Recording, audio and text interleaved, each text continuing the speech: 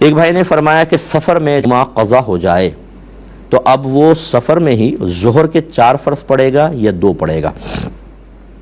دیکھیں اگر جمعہ نکل جائے اور آپ کہیں پہ جمعہ ملنے کی امید نہ ہو اور آپ سفر میں، تو پہلی بات تو یہ کہ آپ پہ جمعہ فرض ہی نہیں تھا، ٹھیک ہے نا، جمعہ فرض نہیں تھا، لیکن فرض کرنے کے آپ نے تلاش کیا نہیں ملا، تو اب مسافر پر ظہر کے 2 فرض ہوں گے، کیونکہ وہ قصر پڑے گا۔ اگر جمعہ تو ویسی فرض نہیں تھا، وہ ظہر پڑتا گھر کے اندر تو 2 ہی پڑتا، تو اس لیے قصر پڑے گا۔ ہاں اگر وہ سفر میں تھا، مثال کے طور پہ یہ بھی سمجھا دیں تو نماز نکل گئی، ظہر کی نماز ہی نکل گئی، نہ جمعہ پڑھا نہ ظہر کی نماز، اب گھر آ کے وہ پڑھنا چاہتا ہے، تو اب یاد رکھیں کہ جس مقام پر نماز قضا ہوتی ہے